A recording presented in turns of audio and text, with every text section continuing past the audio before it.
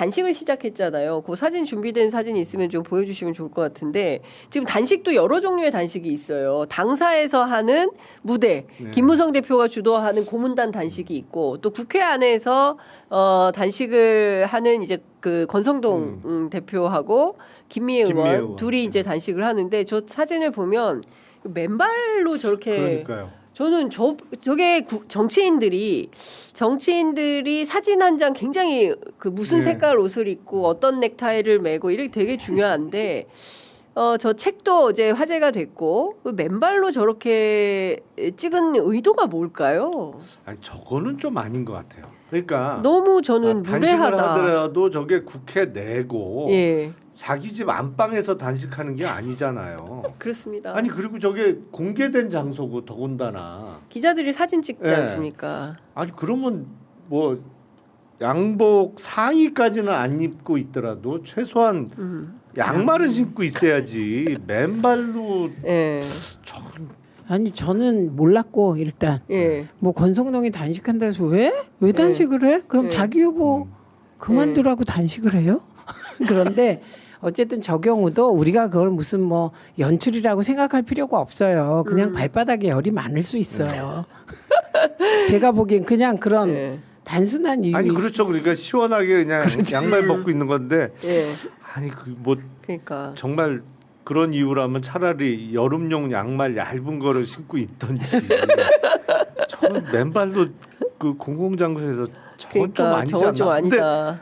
제가 보기엔 저런 게 지금 국힘 내부에서 벌어지는 저런 모습이 예. 권력의 위험성이라고 좀 봐요. 이게 왜 우리가 호랑이 등에 올라탄다는 표현을 쓰잖아요. 이게 한번 올라타면 내려올 수가 없어. 거기서 내려오면 호랑이한테 잡아 먹히게 될 가능성이 높으니까. 근데 권성동 원내대표를 비롯한 이른바 친윤의 핵심들은 한번 후보를 빌려와서 권력을 잡아봤잖아요. 네. 그러니까 이번에도 똑같은 방식을 하려고 했던 거죠. 그러니까 한덕수 후보라는 외부 인사를 데려다가 이제 그거로 권력을 연장하려고 하는 건데 그러다 보니까 권력에 눈이 멀어갖고 나머지는 아예 보이지가 않아. 어떤 민주적 정당성이라든지 절차상의 문제 이런 거는 완전히 깡그리 무시하고 있는 거예요.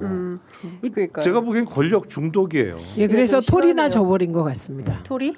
토리한테 다 준 것 같습니다. 권력을? 뭐 민주적 절차라든가 예의라든가 네. 남의 눈을 네. 의식한다거나 그러니까 예. 말하자면 수호지심을 갖는다거나 네. 이런 거 다 토리 준 것 같습니다. 그러니까요.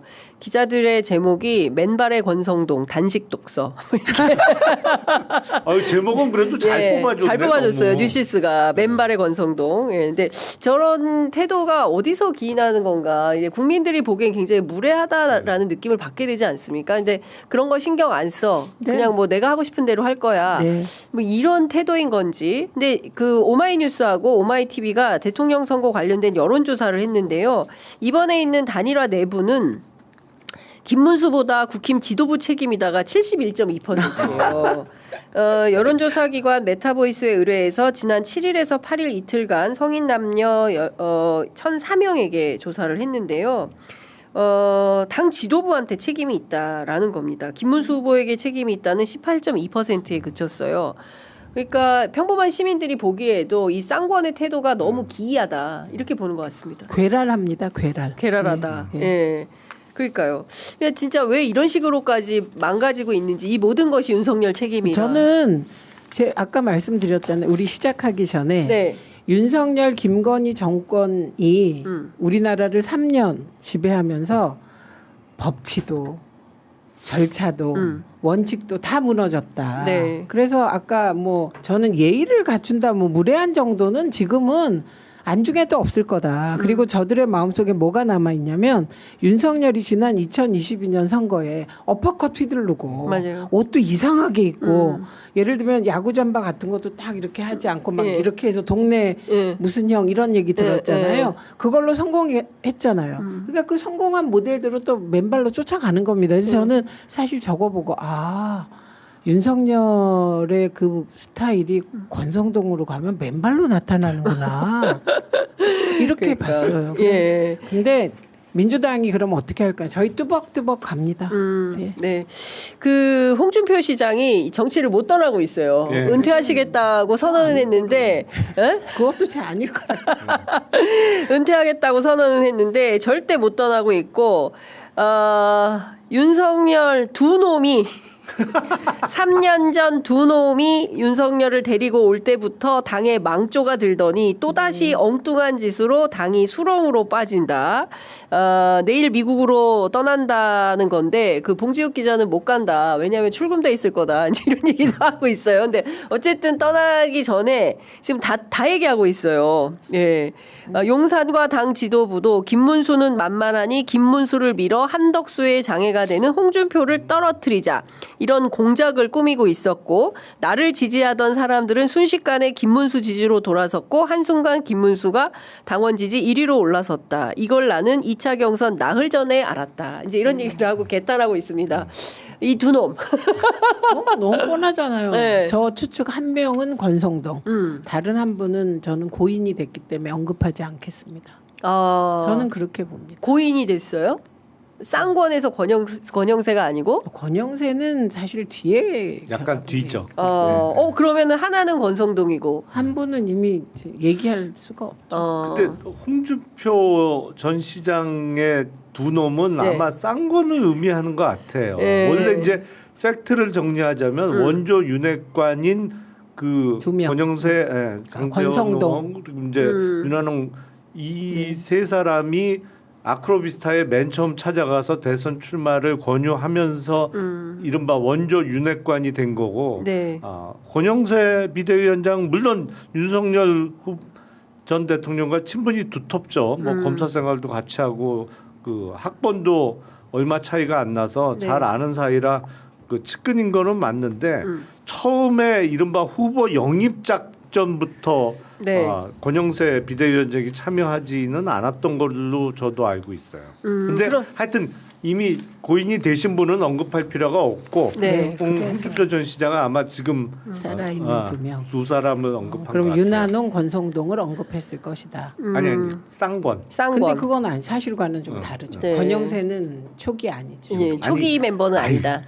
근데 지금 홍준표 시장님도 이렇게 팩트가 중요한 분이 예. 아니에요. 이미지로 그냥. 아니 근데 제가 듣기에는 초기 멤버는 서울 법대 출신들이었다. 예. 초기에. 초기 멤버들. 예, 제가 들은 예, 거는 예. 그런 얘기입니다. 그러니까 그 서울법대 출신들이 윤석열을 이제 데려다가 너 한번 대통령을 해봐. 그리고 우리가 도와줄게. 예. 그러려면 뭐 좀 정리해. 뭐 이런 식의 모임이 있었다고 들었어요. 아, 그래요. 그리고 그 모임이 사실 가장 신뢰하지 않았을까 싶어요. 네.